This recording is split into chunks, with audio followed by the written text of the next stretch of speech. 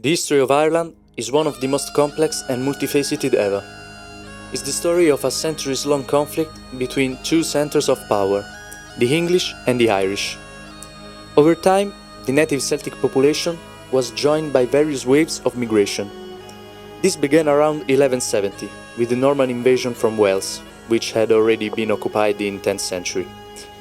During the reign of Henry VII, the first monarch to adopt the title King of Ireland, and later between 1600s and 1700s, the influx of English and Scottish Protestant settlers into the northern part of the island became so significant that it took the form of a planned colonization. The division between Protestants and Catholics became one of the most earliest causes of hostility. With Henry VIII's Protestant Reformation in the mid-16th century, persecution and even capital punishment against Catholics continued until the early 19th century. The massive arrival of English and Scottish Protestants was traumatic. English expansion coincided with the confiscation of land from Irish Catholics, who were in most cases forced to retreat inland. The result was particularly evident in the north of the country, where over 90% of the urban population eventually became Protestant, while Catholics were concentrated in sparsely populated rural areas. Tensions reached a first breaking point in 1641 with a general uprising in Ulster, which was brutally suppressed by Oliver Cromwell in support of the English crown. From that moment, an increasingly discriminatory system developed. Paradoxically, the first to seek autonomy for the island were Irish Protestants, motivated more by defense of their economic interests than national ideals. They initially obtained some concessions from London, including a dedicated parliament. However, the rebellions of 1798 led London to withdraw these concessions. With the Act of Union of 1800, the United Kingdom of Great Britain and Ireland was created, putting an end to any autonomous ambitions.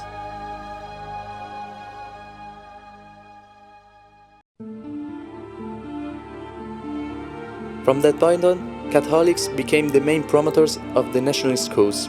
A central figure was Daniel O'Connell, who in 1823 founded the Catholic Association, aiming for independence through peaceful means.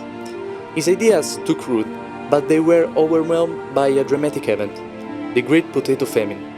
Due to a crop disease, about 1 million people died, and millions emigrated to America, Canada, Australia, and New Zealand.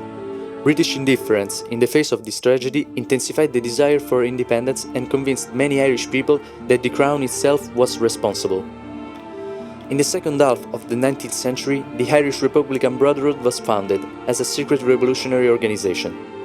The British government, led by William Gladstone, attempted an intermediate solution with the Home Rule, which guaranteed a local parliament but didn't ensure independence. This solution satisfied no one, neither the Protestant Unionists loyal to the Crown, nor the Catholic Nationalists who felt betrayed.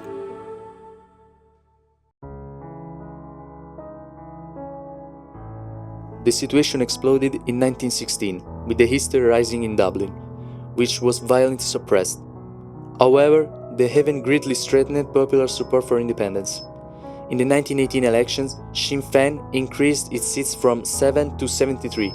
Its Member of Parliament refused to sit at Westminster and unilaterally proclaimed Ireland independence.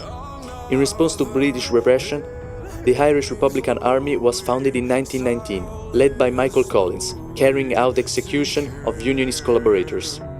In 1920, London passed the Government of Ireland Act, dividing the island into two entities, 6 counties of Ulster in the north and the rest of the island in the south. In 1921, the Irish Free State was established, though it remained a British domination. Collins became commander-in-chief of a Free State army, but was assassinated in 1922 by Republicans aligned with his former superior, Eamon de la Vera.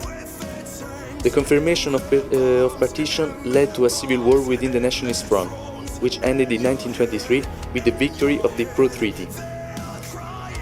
In 1925, Northern Ireland confirmed through a referendum its decision to remain within the United Kingdom. In the north, the Unionist government introduced strongly discriminatory policies against the Catholic minority, arrest without a warrant, restriction on freedom of expression, and electoral gerrymandering. London was aware of the situation, but chose not to intervene. Even after the formal independence of the Republic of Ireland in 1948, Ulster remained British. Tension remained latent until the 1960s.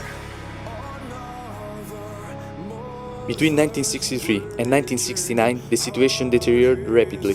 The Ulster Volunteer Force, a unionist paramilitary group, was created. In 1969, Catholic neighborhoods in Belfast were attacked with the support of the local police. Catholics reacted by reorganizing the island.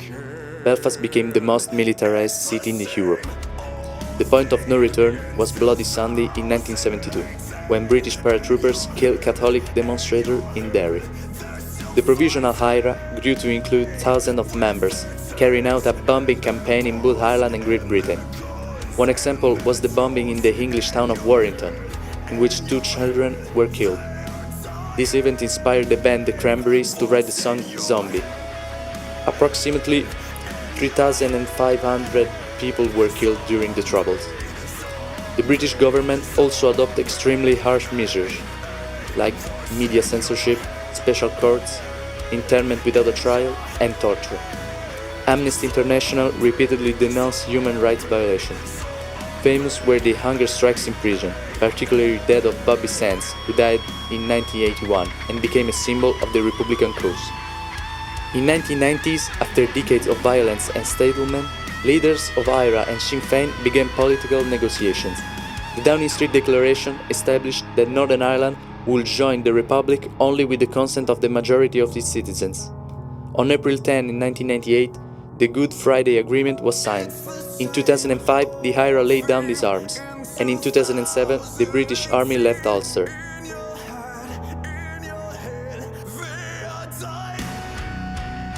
Despite decades of peace and development, the IRA formally continued to exist, although reduced to a few hundred members. Northern Ireland has not yet fully come to terms with its past. The issue of IRA remains a taboo, and discussions about a possible reunification of the island are still ongoing. What must not be forgotten are the thousands of people who became victims of the centuries-old tension of this conflict.